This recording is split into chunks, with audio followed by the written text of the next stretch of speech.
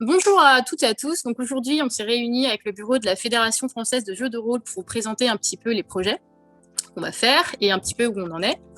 Donc suite aux transformations de toutes les équipes et services de la Fédé depuis fin 2020, on a pensé qu'il serait judicieux de vous présenter le bureau actuel ainsi que ses programmes de l'année. On va faire un petit tour de table. Donc on va commencer par Sophie, l'actuelle présidente. Bonjour à tous.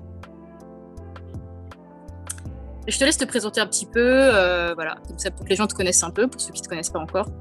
Ok, moi c'est Sophie Briand de mon vrai nom.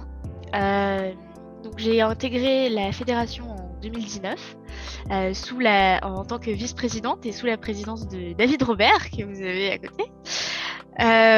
Et donc j'ai pris le flambeau quand on a lancé le Roll Event, donc en fin 2020 également. Moi je préside donc la Fédé depuis moins d'1 an et on a lancé beaucoup de projets. On a un CA qui s'est entièrement renouvelé. On a atteint la parité cette année, youhou. Ensuite, on a énormément de projets. On a 12 projets qui sont au sein de la Fédé, soit CA, soit commission qu'on vous présentera dans cette vidéo. Et voilà. Merci beaucoup, Sophie. On a aussi parmi nous aujourd'hui, David, l'ancien président. Donc je te laisse te présenter un petit peu. Oui, je suis David Robert. Comme tu viens de le dire, Diane, effectivement, je suis un ancien président de la Fédération française de jeux de rôle.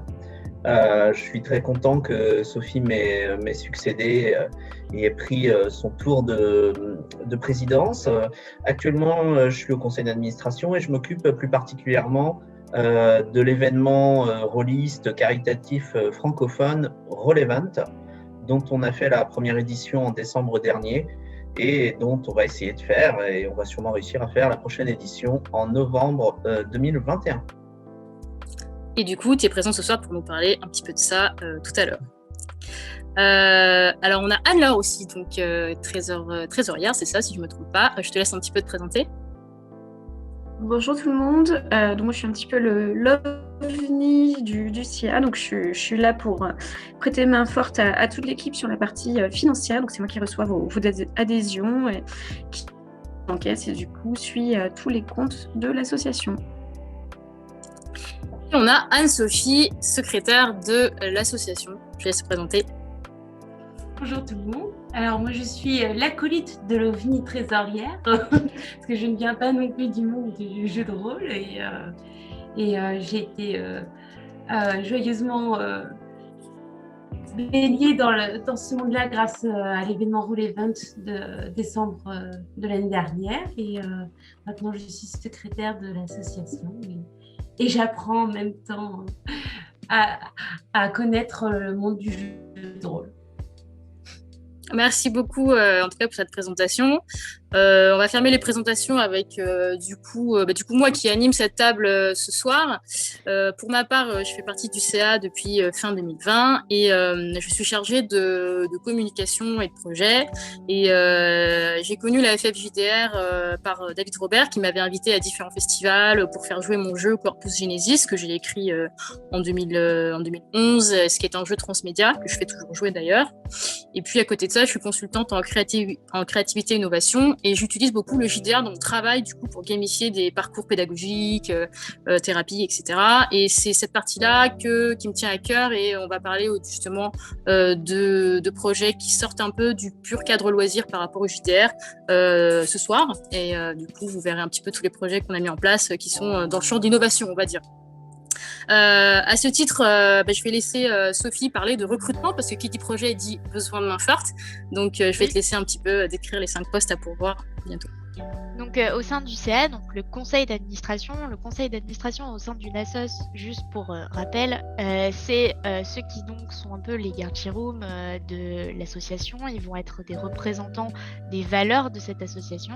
Donc au sein de la Fédé, on a des valeurs de bienveillance, de transmission. Le but de la fédération, c'est de promouvoir le jeu de rôle en tant que loisir créatif, et avec le projet CNL dont Anne leur parlera, de de promouvoir aussi tous les acteurs qui font partie prenante de ce loisir, donc que ce soit les éditeurs qui vont éditer des livres, des contenus, des objets, mais aussi tous les MJ qui font ça à titre gratuit, bénévole, entre amis ou en association. Donc ça, c'est le but de la Fédé, et donc on recrute au sein de notre CA. Donc, notre conseil d'administration a 12 personnes maximum. On en recrute 5 cette année, dont un poste, même 2 postes au sein du bureau, qui sont donc des représentants légaux, qui vont devoir avec moi-même, la trésorière et le secrétaire, aller signer un petit papier pour l'envoyer à la préfecture. Donc c'est le trésorier adjoint. Donc c'est pour épauler Anne-Laure. On a beaucoup de projets cette année. Qui dit projet dit financement. Qui dit beaucoup de visibilité sur les réseaux dit des adhésions supplémentaires. Donc on va avoir beaucoup de flux, et ces flux-là sont à observer, monitorer et nous donner un rapport régulier, et notamment pour la fin d'année et l'AG, un rapport financier qui contient l'ensemble des flux financiers, donc argent qu'on a récolté pendant les événements, etc., les adhésions, pour la fin d'année. Le trésorier est aussi un allié dans l'ensemble des projets, puisque si on a besoin d'argent, c'est lui qui nous dit oui ou non. Et donc le trésorier adjoint, c'est apprendre comment devenir trésorier et comment être un pilier d'une association. Ensuite, on a le secrétaire adjoint. Donc le poste de secrétaire, c'est tout ce qui est administratif, donc gestion des dossiers, gestion avec la préfecture également, avoir les bons accès, vérifier que tout le monde a bien les statuts, préparer l'AG qu'on a annuellement au sein de la Fédé, et tenir à jour nos comptes rendus de conseil d'administration qui se réalisent tous les mois. En l'occurrence, cette année, c'est tous les mercredis, le premier mercredi du mois. Ensuite, on a des nouveaux postes qui sont au conseil d'administration pur, qui est différent du bureau. Vous avez des responsabilités moindres et des engagements un peu plus légers. Donc, vous pouvez vous investir à la hauteur de ce que vous le sentez, parce que c'est tout ça, c'est des postes bénévoles. Donc, on a le référent du pôle formation et édition. Donc, ça, c'est complètement nouveau. Donc, quand c'est nouveau, on a le droit de donner sa patte à ces projets. On est là pour recruter une bonne volonté qui veut bien, avec beaucoup d'énergie, propulser ce poste et ces projets-là. Donc la formation, que ce soit à l'utilisation des logiciels, de tous les outils qu'on va mettre en place cette année. On a un nouveau site, on a des nouveaux outils, et ça va demander de se former entre nous et de former les autres à les utiliser. Et ensuite, on a l'édition. Donc là, pour le coup, on a tout ce qui est contenu qu'on va publier, que ce soit sur nos réseaux, sur nos sites, etc. Et ça nécessite quelqu'un qui puisse être référent sur ces documents-là. Ensuite, on a un autre référent qui est un poste ouvert, c'est pour l'événementiel et les réseaux. Donc là, c'est l'aspect un peu community management pour les événements et nos réseaux. Donc on a Facebook, Instagram, YouTube et Discord. Ensuite, on a un autre poste ouvert qui est le référent des pôles délégués régionaux. Donc les délégués régionaux est un nouveau comité. Ce poste est un nouveau poste qui s'intègre au CA pour partager ce qui s'y fait dans cette commission. Comme tout est nouveau, pareil, on peut donner sa patte. Venez nous rejoindre. À toi la suite. Je précise juste que n'ayez pas peur, ce n'est pas un travail à plein temps, chaque poste, ce n'est pas ce volume-là qu'on va vous demander. L'idée, c'est que quand on parle de référent ou de responsable, ce n'est pas lui qui va créer, signe par signe, tous les contenus, mais plutôt se charger de faire du suivi de projet, se charger de recruter ses propres équipes. Par exemple, si on fait un manuel, c'est pas au référent d'écrire le manuel, mais de manager en fait les personnes qui vont cadrer, qui vont contribuer à ce projet. Parce que souvent dans les associations, le problème qu'on a, c'est que tout le monde veut faire quelque chose et tout le monde trouve que l'idée elle est cool, mais il n'y a pas de cadre. Ça finit un peu en queue de poisson parce que un tel n'était pas là, ou parce que finalement il n'y a pas eu de suivi, ou qu'on savait pas qui a fait quoi. Et là, ces personnes-là qu'on recrute, c'est vraiment pour cadrer et gérer, faire le planning des réunions, voir si tout le monde a besoin de quoi que ce soit pour avancer. Et tout le monde, c'est vous, c'est les rôlistes. C'est vous qui, si vous avez envie d'avancer sur différents projets qui vous tiennent à cœur, n'hésitez pas aussi à venir nous voir si vous avez envie de monter vos propres projets et qu'il vous faut une équipe. Donc nous on est vraiment là pour aider, cadrer et faciliter. On est des facilitateurs en fait. D'accord ? Tout à fait. Du coup, alors, on va enchaîner avec La présentation des projets. la partie, bah oui, du coup, la présentation des projets qu'on va faire cette année. Mais est-ce qu'il ne faudrait pas présenter le rôle du CA pour que les personnes comprennent la différence entre le CA et les membres FFJDR, peut-être, pour éclaircir un peu. Ouais, on va éclaircir. Alors, les membres de la Fédé, c'est quand on adhère, on paye à titre particulier 10 € ou à titre associatif, c'est un peu plus cher. Comme il y a différents choix, je vais pas donner un prix maintenant. Mais l'adhésion brute pour une association, c'est 15 €. Et si on choisit d'avoir l'assurance, c'est un peu plus cher puisqu'on a une assurance partagée avec la FEDEGN, qui est un service qui nous est proposé en collaboration avec eux et qui est un peu spécial. Et on n'en parlera pas aujourd'hui. Donc, quand on est membre, on renouvelle son adhésion tous les ans. C'est pour ça qu'on parle aujourd'hui beaucoup de membres actifs, parce qu'en fait, il y a des membres qui ne vont pas rééditer leur édition d'année en année. Donc, les membres ont droit d'avoir un certain nombre de services qui sont inclus et gratuits, notamment avoir accès à nous, à notre Discord, avoir accès à nos réseaux. Et dans le cadre de la création d'événements, vont pouvoir faire leur promotion via nous et via la page de la Fédé, avoir droit à un post ou deux sur des événements nationaux, des événements régionaux ou locaux, afin d'avoir une meilleure visibilité, partager des projets qui se font sur certaines associations membres et qui valent franchement le coup d'être partagés. Nous, on essaye d'être vecteur de visibilité. On va aussi essayer d'être collaboratif, c'est-à-dire qu'on a un carnet d'adresses au sein de la fédération. Ce carnet d'adresses, on le partage à nos membres et on essaye de faire circuler une information ou une bonne pratique au sein des associations.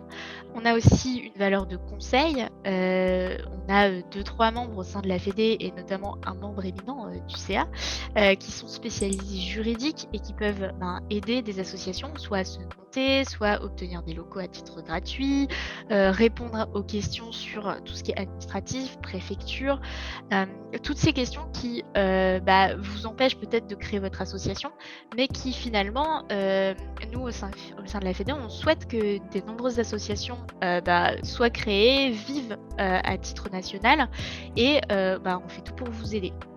Et donc le CA, c'est les référents de l'association fédération, donc les référents de leurs membres. Donc les membres de la Fédé, on peut en avoir 200, mais le CA, on n'est que 12. Et donc nous, nos têtes, et notamment le bureau qui est constitué de 3 personnes, sont référents au sein de la préfecture, donc au sein du gouvernement français, pour représenter l'ensemble de ses membres et associations.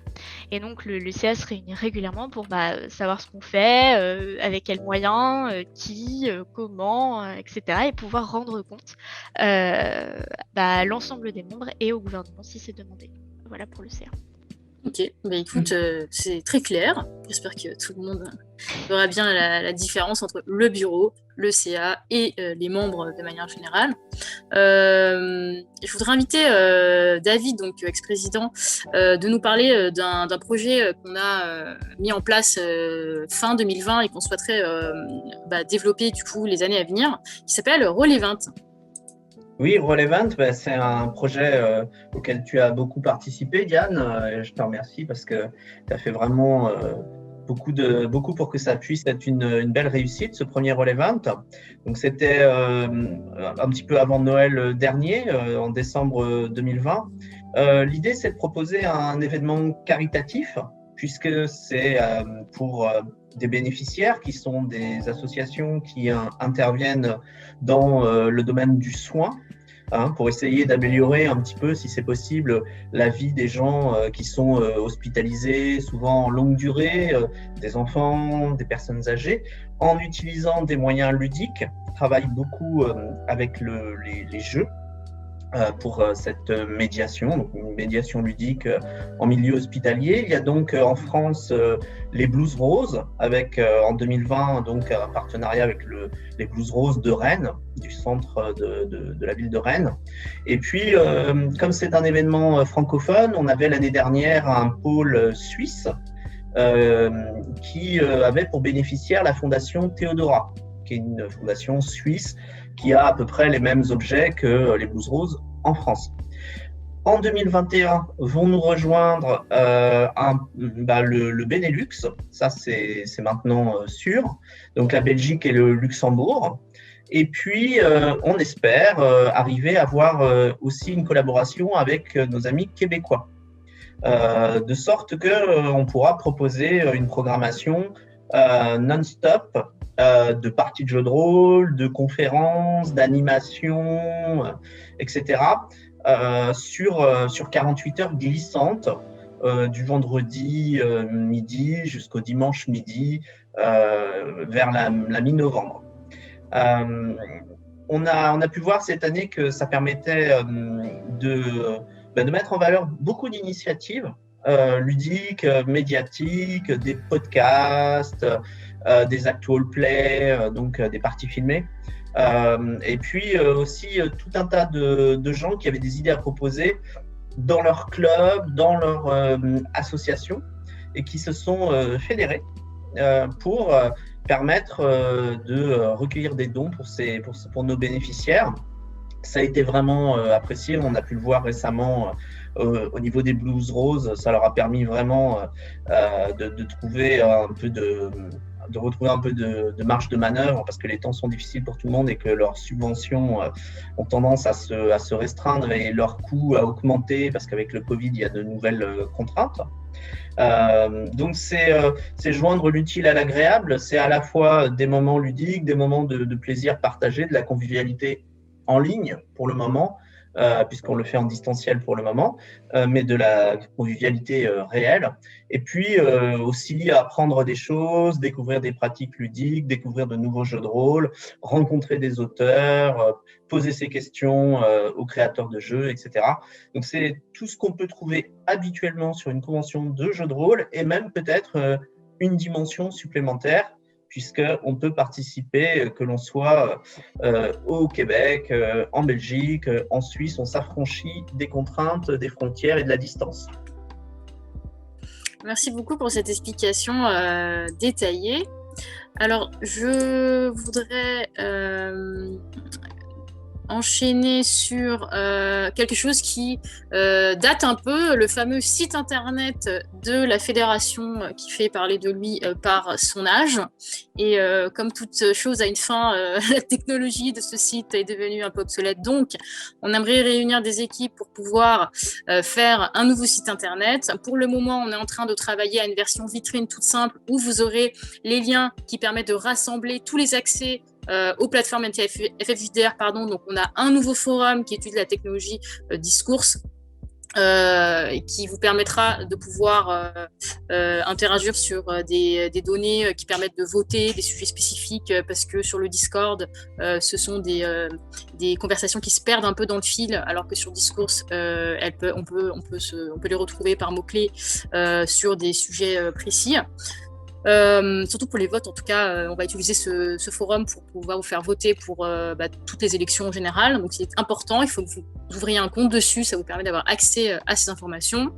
Et on a du coup le fameux Discord qui permet par exemple d'héberger le festival Roll Event ou d'autres choses comme ça. Mais aussi, vous pouvez librement faire des parties, c'est open. On a un dice parser qui vous permet de lancer des dés, etc. Donc c'est libre, vous pouvez y aller, c'est gratuit. Et puis, bien sûr, tous les réseaux sociaux. Et on aimerait bien mettre aussi quelque chose de nouveau, c'est un abonnement gratuit, toujours gratuit, bien sûr, à la future lettre de la FFJDR, qui, en fait, va être un recensement d'informations trimestrielles sur toutes les activités de chaque région de France et dont les informations vont être remontées par les délégués régionaux, projet dont je vais parler un peu plus tard. Sur ce site internet, on souhaiterait plus tard, donc dans une deuxième version qui sera plutôt fin 2021 si on y arrive à tenir les délais, un agenda d'événements interactifs pour les associations. Ça veut dire quoi? C'est-à-dire que vous pouvez vous connecter sur le site de la FFJDR et entrer par vous-même tous les événements que vous souhaitez organiser. Ça évite en fait que les gens ils nous envoient un mail pour nous dire qu'il y a un événement et qu'après nous on copie-colle, etc. Là on va automatiser, ce sera beaucoup plus simple, beaucoup plus facile pour vous. On va aussi vous proposer un outil qui permet d'organiser vos propres événements, comment inscrire vos joueurs, comment créer un tableau des parties, comment afficher les parties, etc. Ça va vous faciliter la tâche. On fait ça bien sûr en partenariat avec l'association Aux Portes de l'Imaginaire, notamment Laurent. Et puis puis aussi des annuaires et des bases de données, c'est-à-dire un annuaire des associations qui va être à jour, comme le faisait par exemple le TIES, et la différence c'est que là vous allez pouvoir librement mettre à jour, signaler des informations pas à jour, parce que l'inconvénient de ce type d'annuaire c'est qu'il peut être obsolète assez vite. Ça vous permet de signaler les liens morts, les associations qui ferment, et faire mentionner les nouvelles associations. Aussi une carte de géoloc des lieux physiques, ça peut être n'importe quel endroit où on peut faire du jeu de rôle. Et puis enfin, un annuaire d'auteurs et créateurs par catégorie et genre pour plus facilement rentrer en contact avec eux. Donc, même si vous êtes illustrateur, vous pouvez vous signaler en disant voilà, vous faites des illustrations pour les jeux de rôle, voilà, ça vous met en visibilité. Donc ce site est vraiment là pour vous. Si vous ne rentrez pas les informations et que vous n'utilisez pas ces outils, ils seront vides. Donc l'idée c'est vraiment que vous les utilisez pour pouvoir enrichir les bases de données ou en tout cas renseigner les informations, sachant qu'on peut aussi mettre en lien des sites extérieurs qui font à peu près la même chose. Mais pour l'instant, c'est un peu dispatché, je ne sais pas si vous avez remarqué. Donc, l'idée, c'est vraiment de rassembler un maximum les liens et les liens de redirection. Voilà. Et puis, bien sûr, un fonds documentaire de recherche, parce que ça, c'est ce qu'on trouve le moins souvent.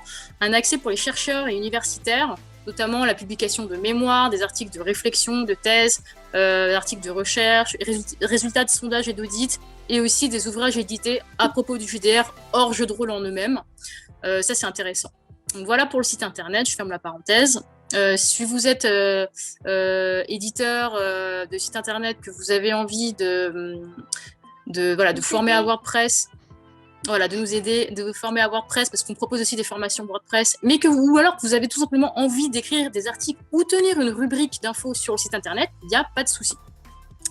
En rapport avec les informations, il y a aussi tout ce qui est formation pour orga, formation pour meneurs, meneuses de jeu, dans le sens où, qu'est-ce que j'entends par formation, c'est qu'on aimerait proposer ou recenser tout ce qui centralise les contenus d'aide et de formation sur plusieurs domaines, les logiciels de jeu de rôle, les innovations, les bêtas, les nouveautés, automatisation des données, comment automatiser par exemple des inscriptions, vous aider pour vos propres WordPress, les formations de Discord, comment installer un serveur, mettre des bots, etc. Quels outils pour streamer, est-ce qu'on prend Foundry VTT, est-ce qu'on prend Tabletop Simulator, est-ce qu'on prend Stories, comment utiliser les générateurs de contenu scénaristique ou utiliser des IA, etc. C'est beaucoup plus facile que ce qu'on croit et autant utiliser les technologies puisqu'elles sont là, elles sont disponibles. Donc comment faire évoluer le jeu de rôle selon vos besoins, parce que c'est pas obligé bien sûr, mais si ça vous intéresse, on peut proposer ça. On est en train de faire des partenariats justement avec des personnes qui peuvent former et ça peut être sympa. Et enfin, pour ma partie, je terminerai avec, en tout cas, le projet des délégués régionaux. Donc, qu'est-ce que c'est que ce projet de délégués régionaux ? On s'est très vite aperçu que la FFJDR ne pouvait pas savoir ce qui se passait dans les lointaines contrées et qu'on avait besoin de référents pour nous faire remonter des informations pour pas que ça soit toujours l'Île-de-France et tout ça. Donc, on aimerait proposer un appel à participation pour former un comité de 13 membres porte-parole de leur région, qui eux-mêmes montraient leurs propres équipes à échelle plus locale ou plus départementale, et qui en fait permettraient de faire remonter un maximum d'informations qu'on mettrait en fait en listing d'activités, d'actualités sur la fameuse lettre trimestrielle, donc qui est une newsletter qui va être envoyée à tous les membres de la FFJDR. Ce sera vraiment un moyen à toute la France de voir ce que font toutes les régions, puisque chaque porte-parole rassemblera ces informations de son côté et la fera remonter. Okay, ces personnes peuvent être des personnes physiques plutôt de préférence, même si elles ont leur propre association. Et donc c'est pour proposer en fait un maximum d'informations pour qu'on soit au courant de ce qui se passe dans leur région. Pour devenir délégué, il suffit d'être membre adhérent. Vous allez devenir donc le porte-parole de votre région et représenter le jeu de rôle et ses valeurs au quotidien, ou en tout cas dans votre activité rôlistique. Faire la médiation des outils et services de la fédération à partir du moment où vous apercevez que ça peut servir aux associations qui sont dans votre localité, dans votre région, notamment ce qu'on a cité qui vont être présents et proposés par le nouveau site internet de la Fédé. Et puis, bien sûr, nous tenir au courant de vos besoins, tout simplement faire remonter les demandes, les besoins, être visible, être disponible et participer une fois par mois ou une fois tous les 2 mois, on verra en fonction de vos dispos, d'un point global avec les autres membres de la région pour voir comment on peut s'entraider entre régions. Voilà, ok. Donc ça, c'est ce qu'on aimerait monter pour émulsionner un petit peu les activités interrégionales, en espérant en tout cas que ça vous dit bien et que vous pensez effectivement que ça peut favoriser un peu l'accessibilité un peu partout, l'accessibilité du jeu de rôle partout en France. Voilà. Puis je rajouterais sur les délégués régionaux que l'idée c'est de faire circuler l'information et de partager les bonnes initiatives qu'il y a dans certaines régions qui passeraient inaperçues autrement. Donc, si vous savez pas faire quelque chose, peut-être que quelqu'un en Alsace-Lorraine, alors que vous êtes en Bourgogne, sait le faire. Et finalement, il suffirait d'un Zoom pour résoudre votre problème. Donc, l'idée, c'est aussi de créer une communauté qui puisse se supporter et s'aider les uns les autres. Donc, voilà, on bosse pour ça. Et vous pouvez nous contacter sur contact@fjdr.org pour proposer votre candidature. Et Carrément. moi, je trouve ça super qu'on renoue avec la newsletter, avec la lettre de la FFJDR, parce que la Fédération française de jeux de rôle, c'est une association qui existe maintenant depuis plus de 25 ans. Et au milieu des années 90, on proposait déjà la lettre de la Fédé. Moi, j'étais lecteur de la lettre de la Fédé dans le Sud à l'époque. Et donc, c'est vraiment super qu'on revienne un peu aux racines de l'association en repartant sur une version plus actuelle de la lettre de la Fédé.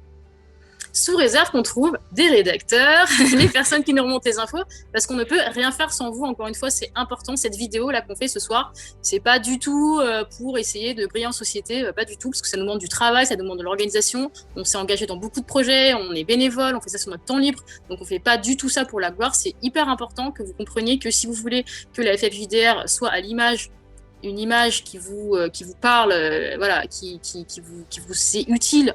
L'idée, c'est que vous fassiez aussi remonter vos besoins et qu'il y ait du monde aussi derrière pour répondre à ces besoins. Donc aujourd'hui, le recrutement, il est aussi pour ça. On peut enchaîner avec Anne-Sophie qui va nous parler des JDRI et du manuel de convention. T'es en off, Anso. Ouais, faut que tu allumes ton micro. Désolée, c'est que je m'expliquais à bugger.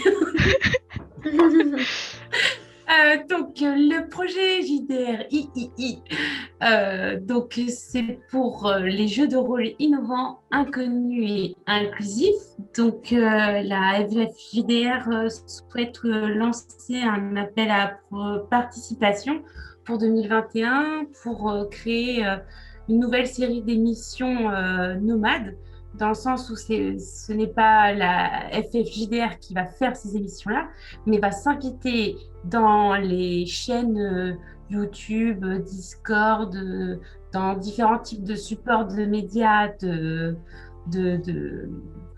personnes du milieu du jeu de rôle. Et puis comme ça, faire diffuser un sujet en particulier, alors qui sont peu abordés en général par rapport au jeu de rôle, qui est resté une image d'un loisir, donc, mais qui a plein d'autres aspects d'un point de vue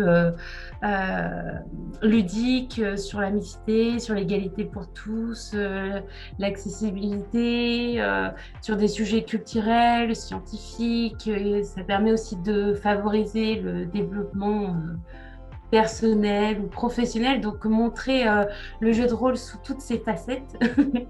Et ça sera grâce à ces émissions que l'on diffusera sur la chaîne YouTube de la FFJDR en replay pour ceux qui ne l'auront pas vu sur les chaînes dédiées. Donc sur la partie programme, ce serait prévu sur, on va dire, 3 heures, 1 heure d'échange entre les différents invités sur le sujet qui aura été fixé, puis après 2 heures de mise en situation du test du jeu en question. Ce sera du streaming des fameux jeux inconnus ou inclusifs et ou innovants. Donc, l'autre point positif, ça permettra de tester des jeux qu'on n'a pas forcément l'habitude de jouer ou de connaître des nouveaux aspects de jeux de rôle. Et donc, c'est ouvert à tout le monde. N'hésitez pas à participer. Ouais.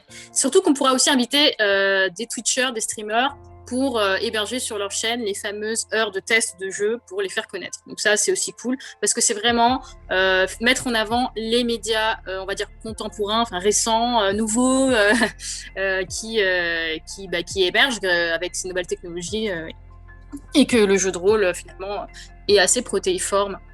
Tu vas nous parler un petit peu donc du manuel de convention qui était une idée qui date d'il y a un certain moment et qui a été remis dans les roues, on va dire, dans les tuyaux par Sébastien Delfino récemment. Donc je te laisse un peu nous présenter ça. Alors, le manuel de convention qui a été créé de manière collaborative a pour but en fait d'aider les associations, les organisateurs d'événements et de festivals pour les aider à les guider dans le montage en fait de leur convention ou du festival. On va dire que c'est la boîte à outils du petit événementiel. Donc dedans, il sera mis des fiches pratiques, des aides pour bien gérer sa communication, des aides aussi en amont sur la réflexion de l'identité du festival, sur les listes des activités clés à mettre en place, les particularités qu'on veut mettre en avant sur le festival, sur l'événement qu'on souhaite organiser, appuyer sur aussi les ressources humaines et logistiques dont on aura besoin, savoir vers qui se tourner pour demander des aides. Et puis, il y aura aussi des liens et des QR codes pour pouvoir visualiser des témoignages, des vidéos de tutos pour pouvoir aider vraiment de manière générale quiconque a l'envie d'organiser une convention JDR. Ah, merci beaucoup, très bien expliqué. Merci. Super, Atso. Qui dit projet dit aussi financement. Donc, on aimerait trouver des financements pour faire reconnaître le jeu de rôle en tant que livre. Et là, on va laisser la parole à Anne-Laure. Donc, finalement, ce soir, je vais vous présenter 2 dossiers qui sont importants parce que l'argent, c'est quand même le nerf de la guerre. Donc, le premier, c'est par rapport au Centre national du livre. Donc, on est en train de monter un dossier pour que le jeu de rôle soit finalement reconnu comme faisant partie de la catégorie du livre. Et pourquoi c'est important pour nous tous? Parce que ça offrira la possibilité à tous de demander subventions, bien entendu au niveau de la fédération, mais aussi celui de toutes les associations, des éditeurs de jeux, etc. Donc c'est un projet qu'on mène en partenariat avec l'association au port de Limen-Niger, qu'on remercie au passage. Et concrètement, comment ça va fonctionner? Donc on est en train de créer un audit de 50 questions qui sera diffusé au niveau national. Donc on vous sollicitera en tant que professeur, éditeur ou bien rôliste et auteur pour y répondre. Et l'objectif, c'est de faire converger toutes les réponses et tous vos témoignages pour démontrer que le livre a toute sa place et son importance dans le jeu de rôle. Donc si l'étude le démontre, ce qui est bien sûr l'objectif de tout ce travail, on obtiendra tous ensemble la reconnaissance du CNL, ce qui ouvrira la voie à des demandes de subventions, toujours les bienvenus. Donc, vous l'aurez compris, c'est un projet structurant et bénéfique pour nous tous. Donc, on a encore besoin de vous pour répondre à cet audit, dépouiller les réponses et bien sûr monter le dossier. Également, on a un beau second projet et en fait, on compte sur vous, votre enthousiasme et vos volontés pour le mener à bien. Donc, c'est concernant la facturation en tant que meneur ou meneuse de jeu. Donc finalement, on souhaiterait avancer pour vous offrir un nouveau service, bien sûr, qui sera réservé exclusivement à tous nos précieux membres. Dans les faits, ça permettra à la FFJDR d'accompagner les meneurs et bien entendu les meneuses de jeu dans leur facturation et lorsqu'ils sont meneurs de jeu, mais aussi d'autres services qu'ils pourraient proposer à titre individuel ou dans le cadre de leur association. Donc la FFJDR sera un tiers de confiance pour garantir et accompagner la facturation de services ponctuels. Nous, on pense que c'est un projet très intéressant et très structurant parce que l'avenir des associations, ça dépend toujours du nerf de la guerre qui est l'argent récolté. Et pour finir, vous l'aurez compris, on a besoin encore une dernière fois de votre aide pour que ça se concrétise sur cette année 2021. Merci beaucoup. Alors l'idée, c'est pas de créer des polémiques ou une dualité entre les personnes qui souhaitent que le jeu de rôle soit toujours gratuit et ceux et celles qui souhaitent en faire une activité. Ce sont deux sujets qui ne peuvent pas être comparés puisque c'est deux approches différentes. Et l'idée, c'est que nous, c'est pas qu'on impose quoi que ce soit, c'est qu'on constate qu'il y a des personnes qui ont besoin d'émettre une facturation puisqu'ils ont des ouvertures professionnelles ou que sais-je. Ou même il y a des associations qui ont besoin de facturer ou des personnes qui n'ont pas de structure, des groupes de personnes qui font des activités qui n'ont pas de structure et qui ne savent pas comment facturer. C'est important aujourd'hui de pouvoir accompagner ces personnes qui nous ont demandé des conseils et des ressources. Donc, du coup, on a répondu à la demande, tout simplement. Donc, c'était pour répondre à un besoin. Voilà. Oui, et donc pour le mot de la fin, puisqu'on parle bien sûr de besoin, mais on parle de fédérer. Donc on sait que le jeu de rôle est multiple, protoïforme, protozoïdal, multiples facettes autant que les dés qu'on utilise. Et on essaye de répondre aux projets et aux besoins qu'on a entendus exprimer. Bien sûr, si vous avez un besoin et que aucun des projets qui sont en cours ne correspond à ce dont vous avez vraiment besoin, nous, on est hyper à l'écoute et on a vraiment besoin de vos retours. Donc, il faut nous contacter, que ce soit via nos réseaux, via nos emails, via le site, via le forum, pour nous faire remonter ces besoins, pour qu'ensuite on puisse monter des projets ensemble et que vous puissiez, si ça vous intéresse, monter le projet qui correspond à votre besoin et le proposer au reste de la nation et de la Fédé. Et c'est beau. Voilà. C'est beau ce que tu dis. Ça donne envie de te contacter. Venez. Tu vas avoir ta boîte pleine de spam. On va se demander pourquoi.